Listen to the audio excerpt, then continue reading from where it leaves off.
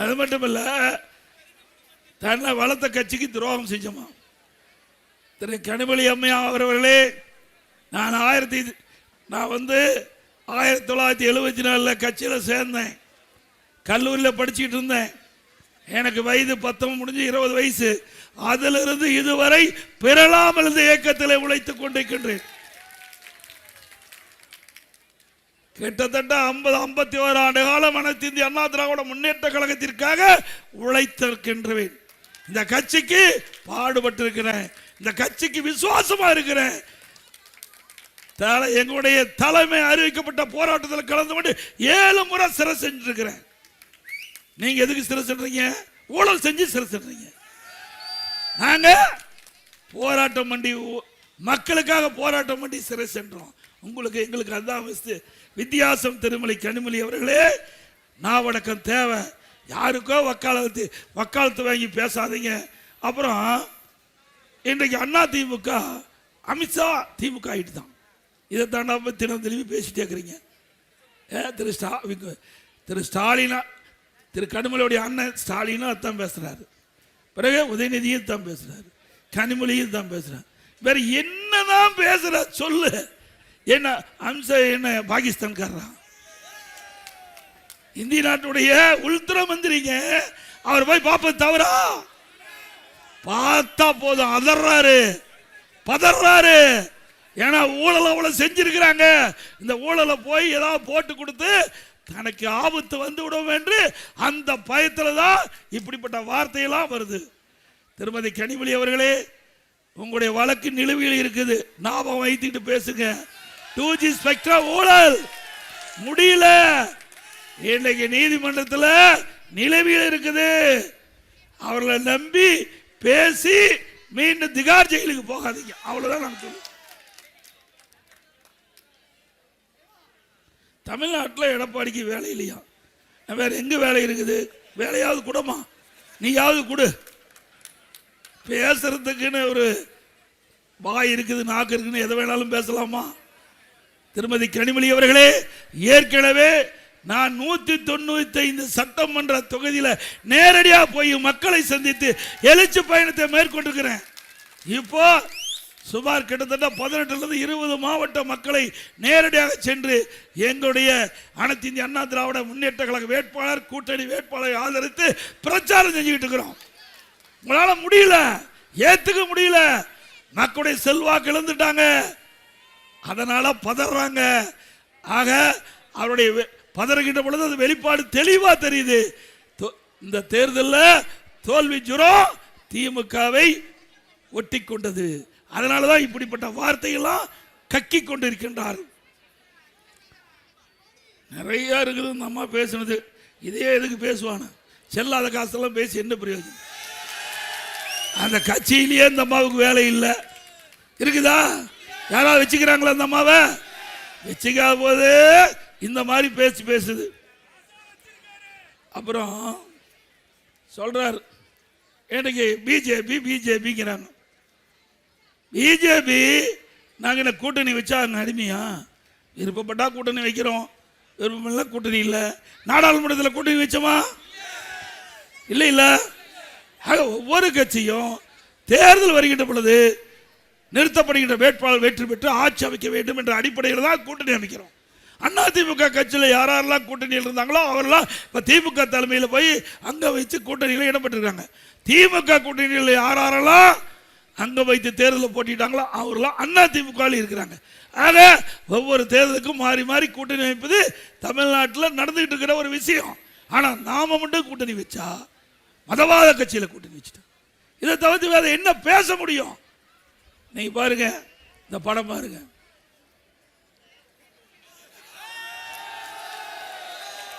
யாரோட கூட்டணி வச்சிருக்காங்க? யாரோட கூட்டணிங்க பாருங்க. இது எல்லாமே மறைஞ்சு போயிட்டாங்க. இருந்தாலும் இந்த போட்டோ சிக்கிச்சு, அதனால காட்டுறேன். திரு கருணாநிதி, மரியாதைக்குரிய வாஜ்பாய் அவர்கள், திரு முரசொலிமாறன் ஏதோ மைக்கு சரி பண்ணிட்டு இருக்கிறாங்க. எப்படி காக்கா பிடிக்கிறாங்க பாருங்க. இப்படி எல்லாம் காக்கா பிடிச்சி நீங்க ஆட்சி செய்த திமுக எங்களை பத்தி விமர்சனம் செய்யலாமா? சொல்லுங்க பார்க்கலாம். திரு ஸ்டாலின் அவர்களே, 1999 நாடாளுமன்ற தேர்தல் திமுக பாரதிய ஜனதா கூட்டணி வச்சாங்களா இல்லையா? அந்த கூட்டணியில் வெற்றி பெற்று மத்தியில் ஆட்சி அதிகாரத்தில் முரசொலி மாறன் அவர்கள் இருந்தாரா இல்லையா? மீண்டும் 2001 சட்டமன்ற பொது தேர்தல் திராவிட முன்னேற்ற கழகம் பாரதிய ஜனதா கூட்டணி வச்சாங்கல்ல? அப்பெல்லாம் மதவாத கட்சி தெரியாது. திரு ஸ்டாலின் அவர்களே, உங்களுடைய அரசியல் நாடகம் தமிழகத்தில் எடுபடாது. மக்கள் விழிப்போடு இருக்கிறாங்க. நீங்க எத்தனை பொய்களை மாற்றி மாற்றி பேசினாலும் உண்மையாகாது. சிந்திச்சு பாருங்க. இன்றைக்கு பாரதிய ஜனதா கட்சியுடைய கொள்கை 99 அப்படித்தான் இருந்தது, இப்பவும் அப்படித்தான் இருக்குது. தலைவர் வேணா மாறி இருப்பாங்க, அதனுடைய பிரதமர் மாறி இருப்பாங்க அந்த கட்சியில, ஆனா கொள்கை அப்படியே தான் இருக்குது. உண்மைதானே? ஆக நாம் கூட்டணி வச்சா வேண்டுமென்றே திட்டமிட்டு மதவாத கட்சி என்று பிரச்சாரம் செய்து அவதூறு பிரச்சாரம் செய்து சிறுபான்மை மக்களை ஏமாற்றி வாக்களை பெறுவதற்காக ஸ்டாலின் நடத்துகிற நாடம். தயவு செய்து அல்கூது சிறுபான்மை மக்கள், இஸ்லாமிய மக்கள், கிறிஸ்துவ மக்கள் எண்ணி பார்க்க வேண்டும். அனைத்து இந்திய அண்ணா திராவிட முன்னேற்ற கழக ஆட்சி கிட்டத்தட்ட 31 ஆண்டு காலம் இந்த மண்ணிலே ஆண்ட கட்சி. இந்த காலகட்டத்தில் இஸ்லாமிய மக்கள் பாதிச்சாங்களா, கிறிஸ்துவ மக்கள் பாதிச்சாங்களா, சிறுபான்மை மக்கள் தமிழகத்தில் பாதிச்சாங்களா? கண்ணை இமைகாப்பதை போல காத்த அரசாங்கம் அண்ணா திமுக அரசாங்கம். திமுக உங்களுக்கு என்ன பாதுகாப்பு கொடுத்தாங்க? இன்னைக்கு திருநெல்வேலியில் ஒரு ஓய்வு பெற்ற உதவி காவல் ஆய்வாளர் அவர் ஒரு பிரச்சனை சம்பந்தமா வலைதளத்தில் ஒரு பேட்டி கொடுக்கிறார். முதலமைச்சருக்கு கொடுக்கிறார். எனக்கு உயிருக்கு ஆபத்து, எந்த நேரத்திலும் என்னை கொலை செய்து விடுகிறார்கள், எனக்கு பாதுகாப்பு வேண்டும் என்று வலைதளத்தில் பகிரங்கமா அரசாங்கத்துக்கு செய்தி சொல்றார். அதுக்கு முன்பு அங்க இருக்கின்ற காவல்துறை அதிகாரி இடத்துல புகார் கொடுக்கிறார். ஒரு முறை, இருமுறை இல்ல, 3 முறை சம்பந்தப்பட்ட காவல்துறை அதிகாரி இடத்துல திருநெல்வேலி மாநகரத்தில் கொடுக்கிறார். நடவடிக்கை எடுக்கல. அடுத்த நாள் காலையில் தொழுகை முடிந்து வீதியிலே சென்று கொண்டிருந்த போது அவருடைய எதிரிகள் அவரை வெட்டி சாய்த்து கொலை செய்தார்கள். இப்படிப்பட்ட அரசாங்கம் உங்களை காப்பாற்ற போகுதா? சிறுபான்மை மக்களை இந்த அரசாங்கம் காப்பாற்றுமா? அவர் ஏற்கனவே அரசாங்கத்திடம் கோரிக்கை வைத்து விட்டார். முதலமைச்சர் என்னை காப்பாற்ற வேண்டும் என்று ஒரு நாளைக்கு முன்பாகவே வலைதளத்தில் செய்தி வெளியிட்டார். உளவுத்துறையின் மூலமாக அதை தெரிந்து நடவடிக்கை எடுக்கப்பட்டிருந்தா, அங்கு இருக்கின்ற காவல்துறை தக்க நடவடிக்கை எடுக்கப்பட்டிருந்தா அவர் உயிரை காப்பாற்றிருக்கலாம். அப்படி சிறுபான்மை மக்களை காப்பாற்றாத அரசாங்கம் சிறுபான்மை மக்களை ஆதரிக்க வேண்டுமா? சிந்திக்க ஒரு கணம் சிந்திச்சு பாருங்க. அண்ணா திமுக அப்படி அல்ல, சட்டத்தின் ஆட்சி நடைபெற்றது. யார் தவறு செஞ்சாலும் சரி அவர்கள் சட்ட ரீதியாக நடவடிக்கை எடுக்கப்பட்டு அதற்குண்டான தண்டனை பெற்று தந்த அரசாங்கமாக அண்ணா திமுக அரசு செயல்பட்டது. உங்களுடைய ஆட்சியில் என்ன சிறுமிகளுக்கு பாதுகாப்பு உண்டா? பெண்களுக்கு பாதுகாப்பு உண்டா? பாட்டிமாருக்கு கூட பாதுகாப்பு இல்லை. கேவலமான ஆட்சி. இன்னைக்கு எங்க பார்த்தாலும் கஞ்சா விற்பனை அமோகமா நடக்குது. இந்த கஞ்சாவை பயன்படுத்த இளைஞர்கள், மாணவர்கள் சீரழியக்கூடிய நிலை தமிழகத்தில் அதிகரித்து விட்டது. இதை பலமுறை சட்டமன்றத்தில் முதலமைச்சருடைய கவனத்துக்கு கொண்டாந்த நடவடிக்கை எடுக்கல. அறிக்கையின் வாயிலாக வெளியிட்டேன், ஊடகத்தின் வாயிலாக வெளியிட்டேன், நடவடிக்கை எடுக்கல. ஏன்னா இந்த கஞ்சா விற்பனைக்கு துணை நிற்பதே பெரும்பாலும் திமுக நிர்வாகிகள். கஞ்சாவை ஒழிக்க முடியும்? திமுக ஆட்சிக்கு வரைக்கும் கஞ்சாவை ஒழிக்கவே முடியாது, போதைப் பொருள் ஒழிக்கவே முடியாது. நம்முடைய குழந்தை செல்வங்கள் நம் கண் முன்னே அழிகின்ற சீரழியக்கூடிய நிலை இந்த ஆட்சியில் பார்க்கப்படுகிறது. இப்படிப்பட்ட நிலை தொடர வேண்டுமா? அண்ணா திமுக ஆட்சி நிச்சயம் வரும். ஆட்சி வந்தவுடனே 3 மாதத்தில் தமிழகத்தில் கஞ்சாவை அறவாக ஒழிக்கப்படும். சட்டத்தின் ஆட்சி அண்ணா திமுக நடைபெறும். அது மட்டுமல்ல, இன்றைக்கு பாலியல் வன்கொடுமை 18,000 வழக்குகள் பதிவு செய்யப்பட்டிருக்கு தமிழ்நாட்டில். 5 ஆண்டுல போக்சோ வழக்கு 6,999. அதெல்லாம் சிறுமிகள் பாலியல் சீண்டலுக்கு உட்பட்ட போக்சோ வழக்கு. 6,900 சிறுமிகள் பாதிக்கப்பட்டிருக்காங்கன்னா இந்த அரசாங்கம் எப்படிப்பட்ட அரசாங்கம் என்பதை பாருங்க. 2 வயசு குழந்தை கூட விட்டு வைக்கல.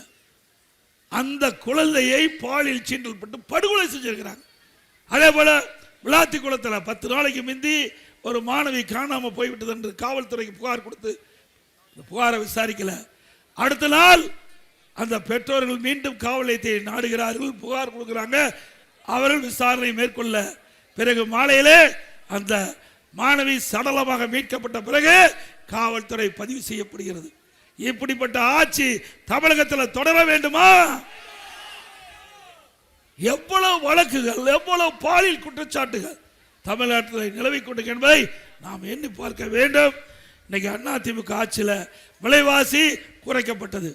இன்றைக்கு தமிழகம் அதிமுக ஆட்சி இருக்கின்ற வரை அரிசி விலை உயரல. திமுக ஆட்சிக்கு வந்த உடனே கிலோ 30 ரூபா உயர்ந்து விட்டது. இங்க ஏழை மக்கள் நிறைந்த பகுதி. அன்றாட வேலைக்கு சென்றால்தான் அவர் வீட்டிலே அடுப்பு எரியும் என்ற அடித்தட்டிலே வாழ்கின்ற மக்கள் படுகின்ற துன்பத்தை இந்த அரசாங்கம் கவனித்ததா? குறைப்பதற்காக நடவடிக்கை எடுத்தாங்களா? கிடையாது. இந்த ஏழை மக்களை பற்றி சிந்திப்பதற்கு இந்த முதலமைச்சருக்கும் நேரம் இல்லை, துணை முதலமைச்சருக்கும் நேரம் இல்லை. சிந்திக்க வேண்டும். அது மட்டும் இல்லை, இன்றைக்கு பருப்பு விலை கிட்டத்தட்ட 40 ரூபா கிலோ ஏறி போச்சு. என்ன கடலைன்னா 60 ரூபா ஏறி போச்சு. இப்படி உணவுப் பொருட்கள் விலை உயர்ந்துகிட்டு இருக்குது.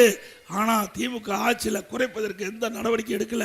இதே அதிமுக ஆட்சி இருந்த காலகட்டத்தில் நான் முதலமைச்சர் இருந்த பொழுது இப்படி உணவுப் பொருட்கள் விலை தமிழ்நாட்டில் உயர்கின்ற பொழுது அதை கட்டுப்படுத்துவதற்கு கட்டுப்பாட்டு நிதியம் என்ற 100 கோடி ஒதுக்கி எந்த உணவுப் பொருள் தமிழகத்தில் விலை ஏறுகிறதோ அந்த உணவுப் பொருள் எந்த மாநிலத்தில் விலை குறைவாக கிடைக்கின்றதோ அந்த மாநிலத்துக்கு சென்று நம்முடைய கூட்டுறவுத்துறை அதிகாரிகள் அந்த உணவுப் பொருளை வாங்கிட்டு வந்து தமிழ்நாட்டில் விற்பனை செஞ்சு விலை உயர்வை தடுத்த அரசாங்கம் அதிமுக அரசாங்கம். இந்த இயக்கம் தோற்றுவித்ததே பொன்மனச்செம்மல் புரட்சி தலைவர் எம்ஜிஆர் அவர்கள் ஏழைகளுக்காக தோற்றுவித்த இயக்கம். அதை கட்டி காத்தவர் புரட்சி தலைவி அம்மா. ஆகவேதான் ஒவ்வொரு திட்டத்தையும் பார்த்து பார்த்து செயல்படுத்தி அந்த திட்டம் நேரடியாக மக்களுக்கு போய் சேர வேண்டும். அதுதான் அதிமுக ஆட்சியுடைய லட்சியம். அதை நாங்கள் இருக்கின்ற வரை நிறைவேற்றி காட்டணும். அதோட இன்றைய கட்டுமான பொருட்கள் விலை நம்ம வீடே கட்ட முடியாது. நல்ல கனவு வாங்கிட்ட பொழுது அழகா வீடு கட்டுற மாதிரி கனவு வாங்கிக்கலாம், கனவு வாங்கலாம். நிச்சயத்தில் வீடே கட்ட முடியாது. கட்ட முடியுமா? ஒரு மூட்டை சிமெண்ட் அதிமுக ஆட்சியில் 240 350 ரூபா. அதே போல இன்றைக்கு ஒரு யூனிட் எம்சாண்ட் 3000 ரூபாய்க்கு வித்தது, 6000 ரூபாய்க்கு விற்குது. ஒரு யூனிட் ஜல்லி 2000 ரூபாய்க்கு வித்தது அதிமுக ஆட்சியில், இப்போ 5500 ரூபாய்க்கு விற்குது.